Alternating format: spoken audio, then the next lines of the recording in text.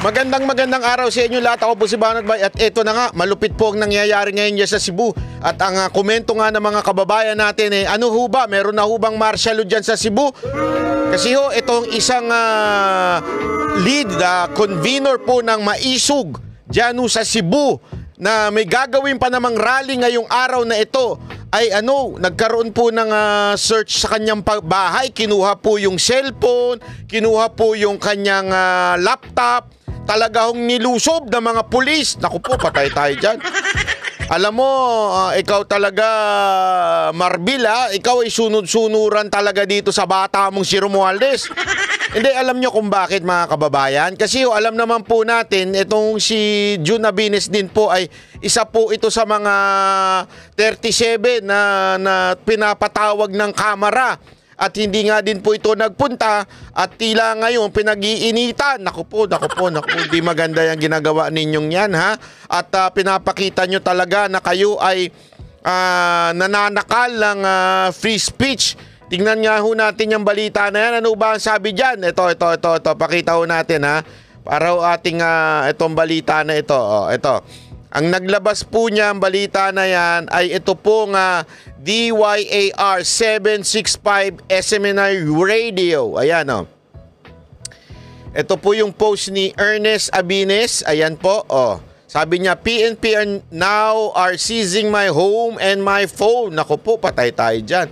At ang nabalitaan nga po ng DAR o yung mga taga-SMNI po ay ito. Ayan sabi, breaking news, Jun Abines, leader sa Maisog, Cebu, gisilbihan o search warrant.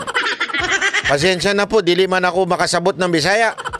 Si Jun Abines nga lead convener sa hakbang na Maisog, nagpost ng, naku po, pasensya na mga kababayan, hindi po natin ito masyadong alam. Pero alam mo naman, in this day in age, meron pong malupit na yung kaibigan. Sino po ba itong kaibigan natin? Itong kaibigan natin na i-interpret ng balita na yan ay walang iba kung hindi si ChatGPT. Sana tama ang kanyang interpretasyon. Ayan, ito, papakita natin ang interpretasyon ni ChatGPT. Ayan. Ito po ang kanyang interpretasyon. Sabi niya, Jun Abines, leader sa Maisog, Cebu, sinilbihan ng search warrant. Si Jun Abines, ang lead convener ng hakbang na Maisog, ay kamakailan lamang nag-post na pinasok ng PNP ang kanyang bahay malapit sa Maharlika Gym, Sambag 2, Cebu City. Siya ay sinilbihan ng search warrant kaugnay umano sa illegal na pag-access ng impormasyon at data ng PNP. Naku po, ano yan? Bagong inventong kaso na naman yan. Kinumpiska ng mga otoridad ang kanyang laptop at cellphone para sa investigasyon. Sa kasalukuyan, hindi makontak si Jun. Naku po, hindi makontak si Jun Abines. Masamang tao talaga kayo. Si Abines ay isa sa mga nangunguna sa gaganaping indignation rally ngayong Pebrero 22 sa Mandawi City, kung saan mismo dating Pangulong Rodrigo Roa Duterte ang dadalo. Nako! Kaya pala, naku po, masama itong ginagawa ninyo. PNP. Ginigipit nyo yung tao. Ayan ito yung picture na kung saan pinasok ko ng mga PNP, may search warrant. Nako, hindi maganda yan. At syempre, alam mo, ito nga natatawa lamang po ako, na naiinis, na naagagalit bakit kanyo?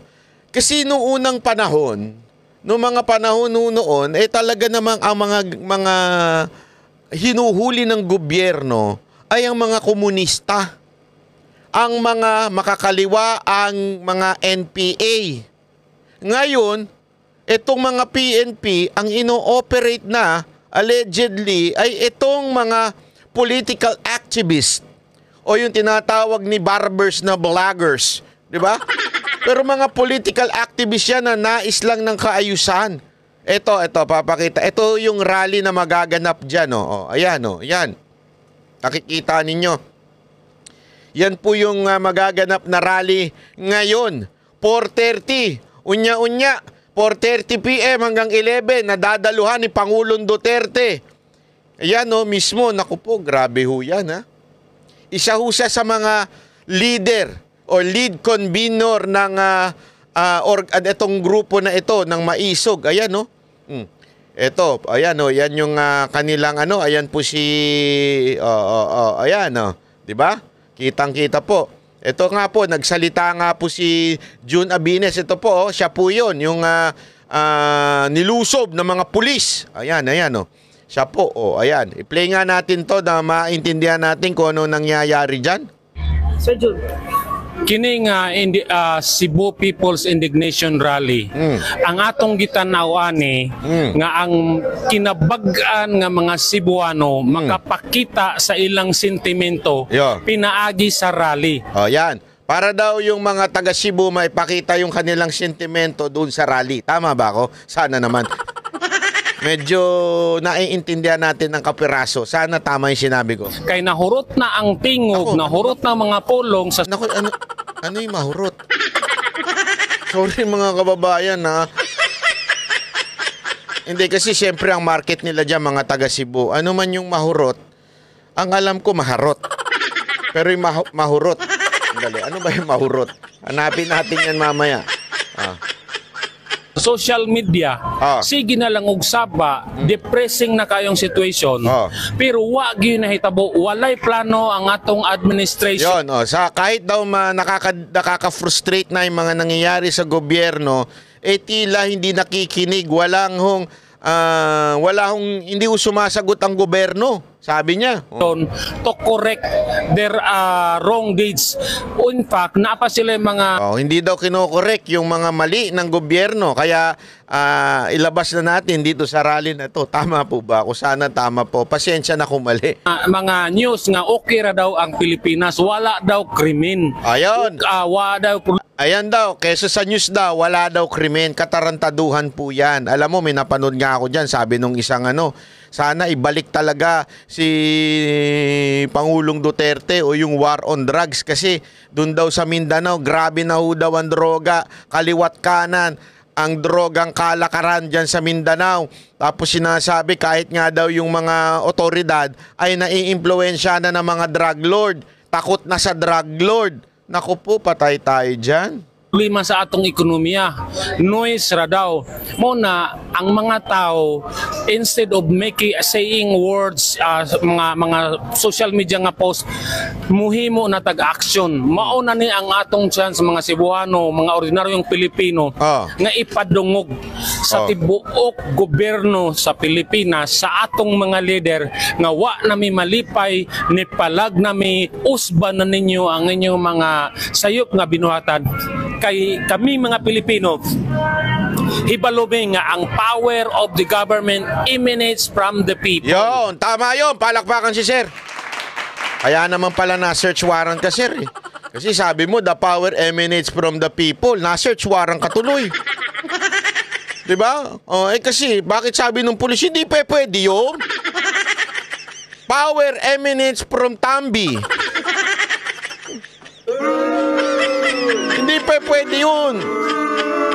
Yun ang boss ng boss namin Kaya the power emanates from Tambi.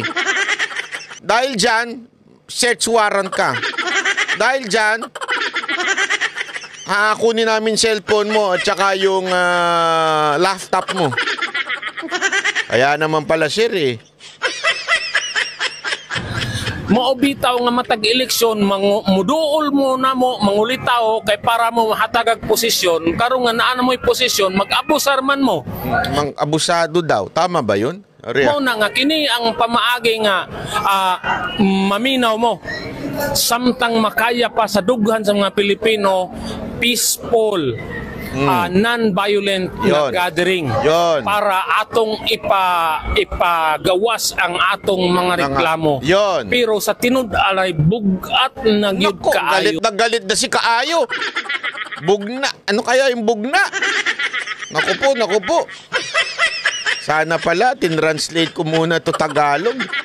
Matag adlaw nagguol na ang mga Pilipino nga wa na mabilin sa atong gobyerno, gipangawat na ang kwarta, mga government asset gipamaligya na ang atong budget karon sa 2025 murag na withdraw naman sobrang katunga. Oo nga.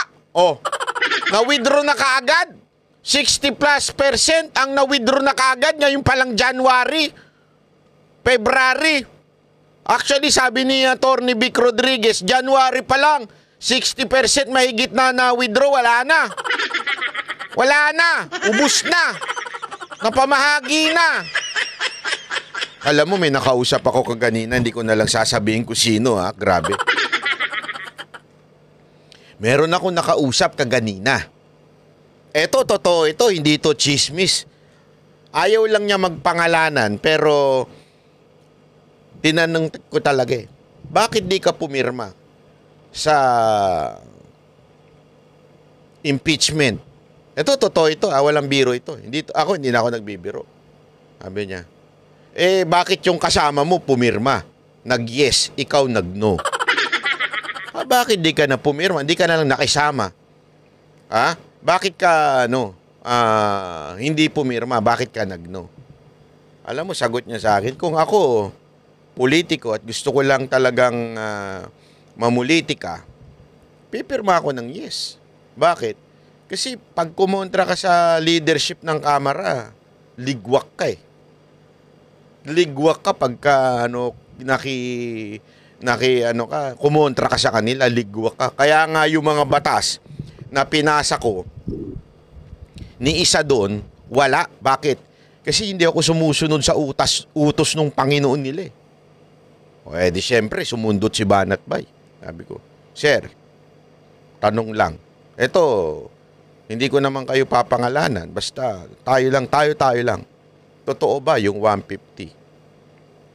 Tapos, bakit di mo tinanggap yung 150?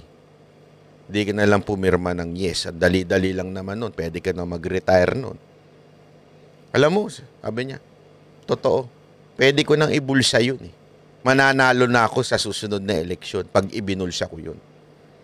Kaya lang, mula noon, may prinsipyo ako, sabi niya. Pinalaki kami ng magulang namin may prinsipyo. Galing ako sa hirap. Naabot ko itong pagiging congressman nang hindi ako nagpabayad at kahit kailan hindi ako naging korap, naabot ko ito. Hindi ko sisirain ang aking sarili para lang sa 150. Totoo daw yun. Congressman po itong kausap ko, kinonfirm niya sa akin, totoo yan. Totoo yan, Banat, sabi niya. Totoo yan. Alam mo, dito mo talaga makikita na, di ba, sinasabi nga ni Sir, ubus na. 60% ubus na. Bakit kanyo? Kasi nga po, ewan ko, napamigay na ata. So pasabot ilag yun ning muranig balay nga gikawat ng tanan. Oh. So ang atong tuyo maminaw mo samtang kaya pa sa Pinoy nga peaceful.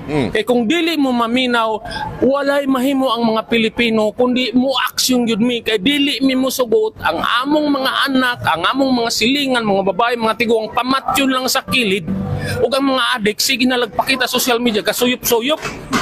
So wala na ipaglawan mo Pilipinas. Depressing na nga moment. Desperado ng mga Pilipino. Paminaw mo. Yan ang totoo mga kababayan. We are desperate. Kasi wala na talaga. Ubus na pera. Palubog na bayan natin. Ako, isang pinakamatindi dito. Masasabi ko, 2 bagay lang, mga kababayan. Wag na ho tayo magpaligoy-ligoy. Wag na ho tayo magpaligoy-ligoy. Wala akong pakialam kung ano kulay ninyo. Wala akong pakialam kung ano kulay ninyo. Tanong ko lang kayo, mga nakikinig sa akin, hindi kayo kailangan maging Duterte. Hindi nyo kailangan maging Sara Duterte. 2 bagay lang ang tinatanong ko sa inyo. Nabubuhay pa ba kayo? Hindi po ba kayo nahihirapan na sa buhay dahil sa mahal ng bilihin? Ang hirap ng humingi ng tulong sa ospital? Ang hirap na. Meron niya ako kanina narinig, security guard Nag-uusap sila nung kapwa security guard. Sabi, tungkol sa ospital, hirapan na daw. Hindi rin daw makahingi ng pondo sa DSWD. Sabi ko, di ba, sa loob-loob ko, di ako syempre sumali, nakichismis lang, pero sa loob-loob ko, di ba inayos na yan? Kaya nga meron tayong tawag dito, yung malasakit center para maaari ka makahingi. May bali-balita nga dyan, di ba? Na wala ng budget yan. Although, dinedeny ng DOH yan. Para lang sa kaalaman natin, dinideny ng DOH na wala ang budget yung malasakit center. Meron daw. Pero iba yung nararamdaman at nararanasan ng taong bayan. Ang nararanasan ng taong bayan, kulang na. Nauubos na. O kung meron man, sobrang liit na ang nakukuha sa malasakit center. Akala ko ba yan ang nasolusyonan noon? Oo. Pinamigay Mantakin mo ipamigay naku, hindi ko na lang babanggitin. Pero na mga demonyong congressman, di ba, pinamigay nila bilang ayuda yan. Instead na ibigay sa may mga sakit, di ba? Yan ang una kong tatanong sa inyo mga kababayan. Walang kulay dito, walang Duterte dito. Tanungin ko kayo. Kamusta ang pamumuhay ninyo? Komportable ba? Masasabi nyo bang nairaraos nyo o talagang kulang na kaya nagsusugal na kayo sa cellphone? Hindi, maraming ganyan ha. Meron ako mga nakakausap. Minsan binibiro ko yung mga nakikita kong nakatambay. Sabi ko talaga sa kanila, uy, ano ba, malaki ba kitaan dyan? Okay lang, pandagdag sa mga pagkain. Paano kung matalo ka? Wala naman, kesa naman wala kaming gagawin. Totoo yan ang sagot nila. Ibig sabihin, hindi na for leisure, ika nga, yung pagsusugal nila. Kaya nga, mga putang ina ninyo mga vlogger na nagpo-promote ng sugal. Naku. Sorry. Hindi, inis ako sa mga vlogger mga influencer na nagpo-promote, mga artista nagpo-promote ng sugal. Fuck you, sa totoo lang. Ang sama ng ugali. Alam nyo ba sinisira niya ng bawat Pilipino? Yung mga jeepney driver, nakikita ko kaya pala natatraffic dahil nagsusugal. Tapos yung ang biktima niya may hirap Kasi hindi na sa kanila laro yun Do you know that gambling supposed to be leisure? Hindi na Kinukuhanan na nila ng pera yun. Yun yung akit sa kanila na wala na kaming pag-asa, kailangan namin ng pera, kaya magsusugal kami hanggang nababaon na sila sa utang. Kaya nga, dumadami yung krimen ngayon Dalawang dahilan kung bakit dumadami yung krimen ngayon. At yan yung pangalawa kong punto ngayong araw na to. Ano yun? Bakit? Drugs and gambling. Yan ang dalawang pumapatay sa mga Pilipino. Kaya yung pangalawa ko ay crime. Peace and order. Kamusta na ba kayo? Gutom na ho ba kayo? O busog kayo? Pangalawa, kamusta na? Safety pa po ba kayo? O takot na kayo maglakad ngayon dahil napakaraming demonyo sa karsada? Ang dami na namang adik, ang dami na namang tulala, ang dami na namang dilat. Sa bagay, ang dami namang dilat sa Congress Hindi lang sa Congress, pati sa palasyo.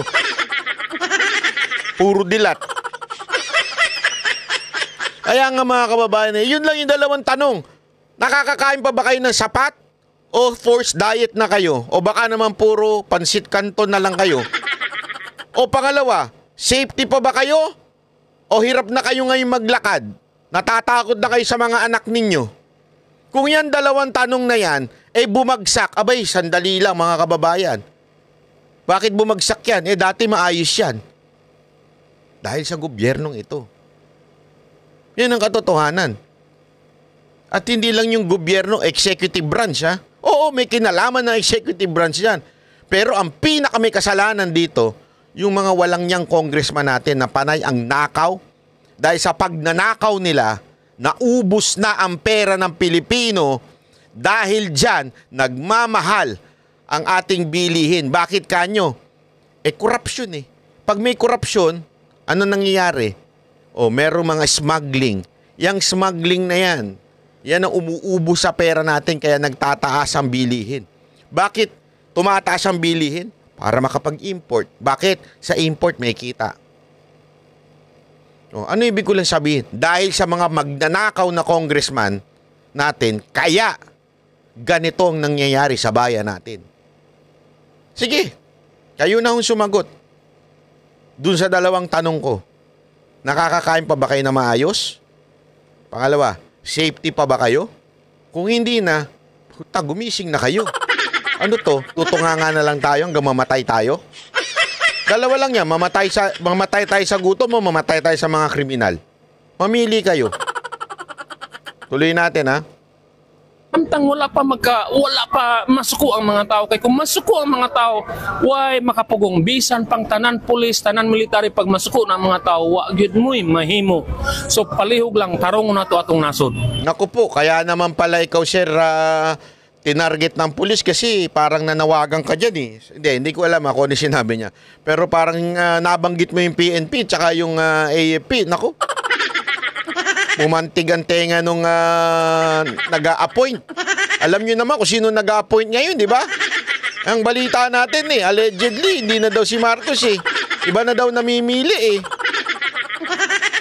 Sige nga, pangalanan nyo ngayon, demonyong namimili ngayon sa atin, kung sino yan. Pangalanan nyo nga dyan sa baba. Sige na, i-comment nyo. Okay ni Okinawa? Anong sabi niya? Okinam? Ay, okay. Itong garbo nga nag-una ta sa Cebu, hoping nga sa ubang lugar sa Pilipinas, sundon po nilo sa mga Pilipino, non-violent, peaceful rally para paminawon ta. Ayan, ha? Ulitin natin. Non-violent, peaceful rally ang gagawin dito. So kung kayo ay galit na dahil sa mga magnanakaw nating opisyal ng gobyerno, kung kayo ay galit na sa mga abusadong nating gobyerno, at kung kayo ay galit na dahil walang ginagawa pagdating sa krimen, pumunta na po kayo sa isang peaceful and legal rally. Mamaya ho yan, 4:30 p.m. hanggang 11 p.m. Kung taga Maynila kayo, lipad na kayo, malay nyo, magkita-kita tayo dyan. 4:30 p.m. hanggang 11 p.m. Dyan po sa Pasilong sa Paradise, Mandawi City, Cebu. Darating daw po dyan si Pangulong Duterte. So magkita-kita po tayo dyan kung baka sakali lang, ha. Magkita-kita po tayo dyan, malay nyo, nandyan tayo. Malay nyo lang naman. Diba? Kasi kita ninyo, ganyan o, ganyan katindi, naku po, ayan o. Bakit parang iba yung picture mo, sir, sa profile pic? Filtered po ba yan? Biro lang, ha. Napatawa ko lang kayo kasi alam ko masyado nang nakakainis ang nangyayari sa ating bayan. Pero ayan na nga po, ayan. So, yan po yung balita na yan. So, kung gusto ninyong mag-update, okay? Alam nyo naman, pati yung lahat ng page, channel, YouTube channel ng SMNI, ginugurgur. Eto, SMNI Radio Cebu, DYAR 765. O, dyan, mag-follow na po kayo dyan. Mga taga Cebu, mga Bisaya, at saka mga kababayan natin dyan sa bandang Visayas. O, ayan po, ha. DYAR 765 SMNI Radio Cebu. Yan na lamang po ang naninindigan para sa bayan. Ang SMNI, hindi natatakot, hindi natitinag at mananatiling matatag. Walang makakatakot sa amin. Galit ka ba, Nakbay? Hindi naman, nagpapaliwanag lang. Hindi, alam mo, grabe kasi talaga. Grabe yung nangyayari ngayon dyan. Hindi ko talaga malubos maisip po. Yun, galit na yung mga kababayan natin. Pero again, uulit-ulitin ko, ha. We are going to have a peaceful rally. Hindi po rebellion. And again, I do not believe in rebellion. I will not support any form of rebellion. Ako po ay naniniwala sa isang mapayapang pamamahayag ng ating saloobin. Huwag ho tayong gagawa ng kahit na anong dahas. Ipakita natin na kakaiba ho tayo, hindi tayo tulad ng mga komunistang NPA at komunistang mga mga makakaliwang grupo. Huwag ho tayong tutulad sa kanila.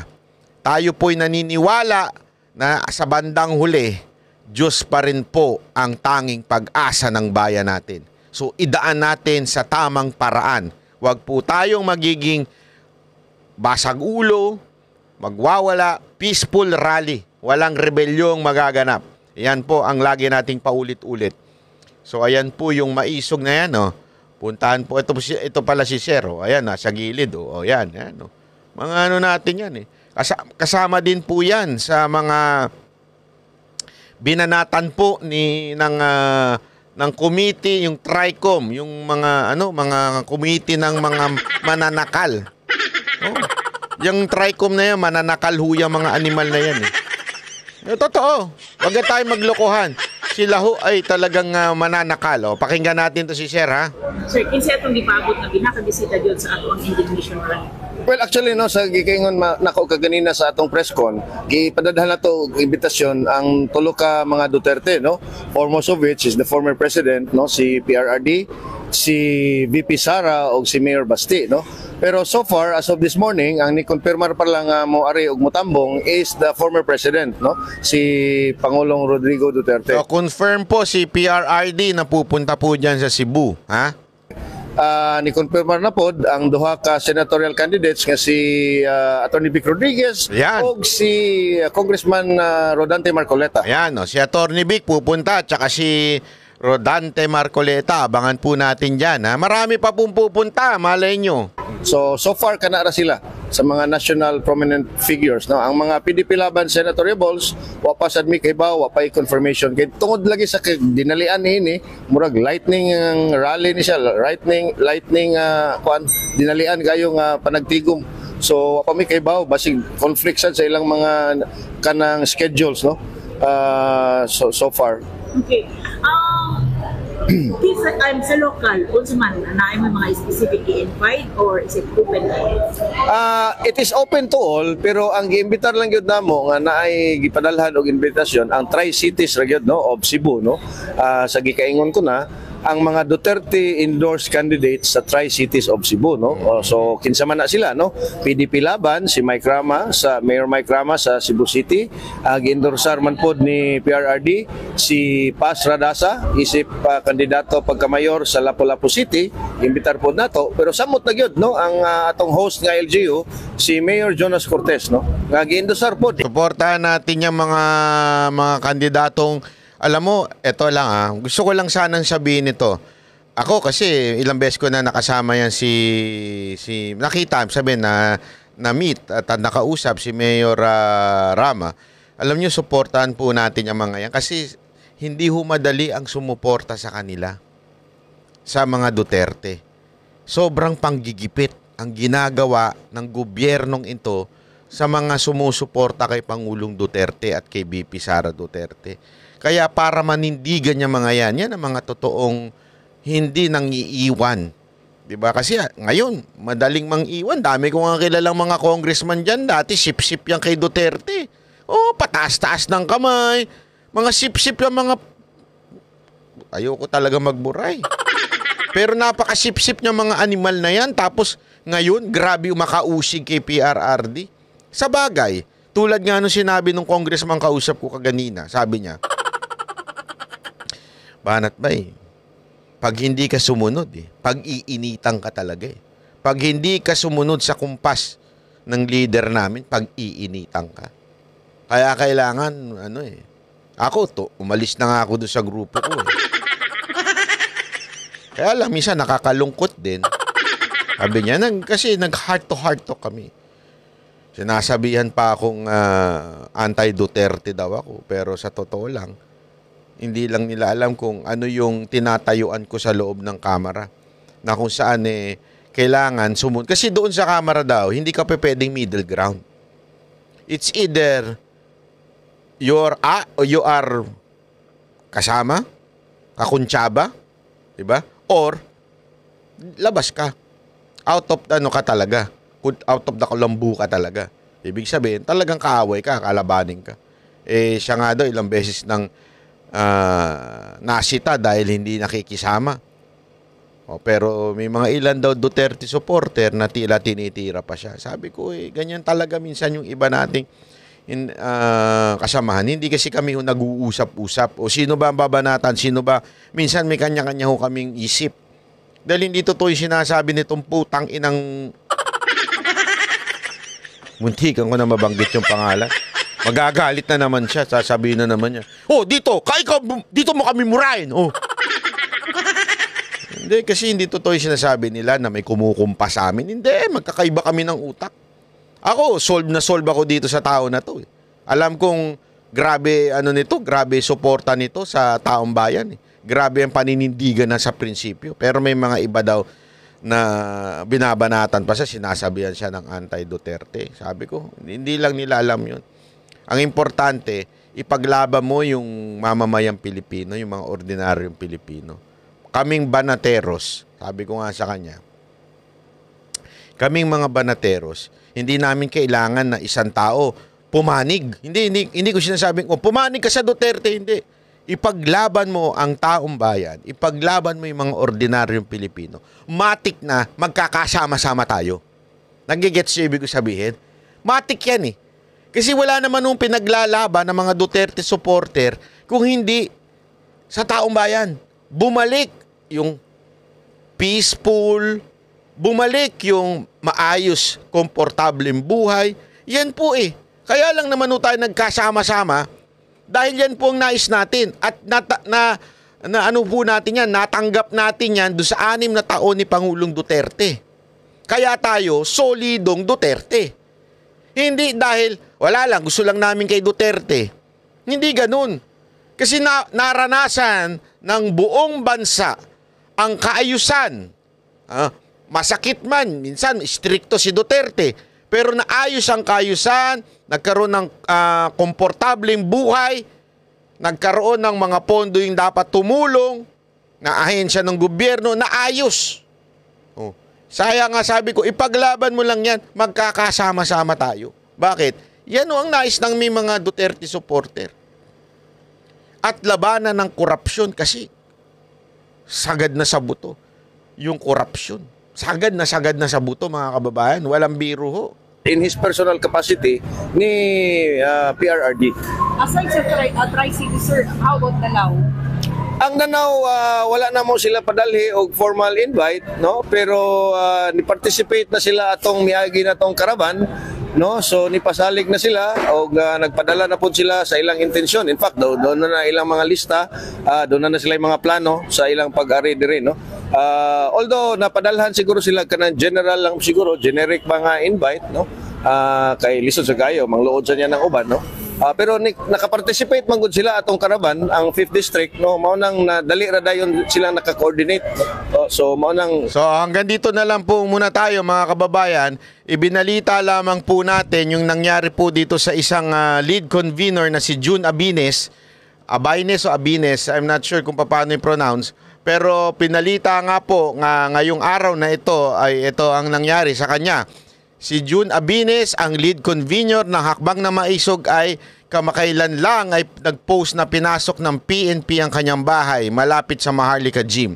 Pinagbintangan siya na illegal daw ng pag-access na impormasyon sa data ng PNP. Tapos timing na timing, no? Talagang hindi ko alam kung bakit eh. Tandaan ninyo kinumpis ka ng otoridad yung kanyang laptop at cellphone. Remember, siya ang lead convener diyan sa gaganaping event. Ibig sabihin, kukunin yung cellphone, babasahin siguro, sino ba mga, alam mo naman tong gobyerno to, bangag eh. Bangag talaga eh. Bakit bangag? Praning eh. Praning ho eh. Praning ho talaga eh. Napapraning ho sila kung ano mangyayari siguro dyan sa Cebu. Kaya yung leader nung lead convener nung event, kinuha yung cellphone tsaka laptop. O sino ba mga pupunta? Mantakin mo. O sino ba magko-coordinate dyan? Siyempre, tao ni PRRD, dyan magko-coordinate. O, bakit kinuha yung cellphone? O, tsaka yung laptop. Di ba? Ano ito? Ang laking katarantaduhan na ho ito Kaya mga kababayan, gising-gising ho tayo. Baka mamaya, bukas kamakailan, wala na kami lahat. Hindi, alam mo, walang biro, hindi ako nagbibiro ha. Nakaka, ano ho yan ha, tawag doon, nakakabahala. Sabi nga, di ba, nakakabahala ho yan dahil kung nagawa ho yan sa isa sa mga inimbitahan ng kamera, ay baka anytime, yung iba sa amin, ganyan din. Buti na lang, nandito ako sa Japan. Hindi nila alam, nasa Japan ako. Nakatira na ako sa Japan ngayon. May asawa na ako sa Japan. May asawa.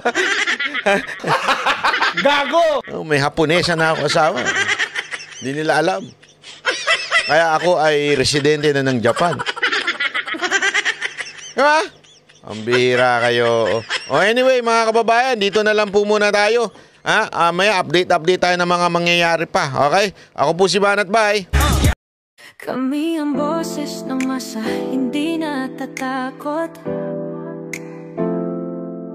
Katotohanan lang, di kami nalulunod. Walang bahid ng sismis, lahat ay totoo. Kahit sino ka pa, pag mali ka babanatan ka. Walang pinipili kulay, wala kaming kinikilingan. Basta para sa bayan, kami lalaban. Pag tama palapakan, pag mali banatan. Di matitinag, di matatakot, para sa bayan tuloy ang sigaw. Sa harap ng kamera, walang halong takot. Mga baluktot, lahat kayo'y tutumba. Ang hustisya at totoo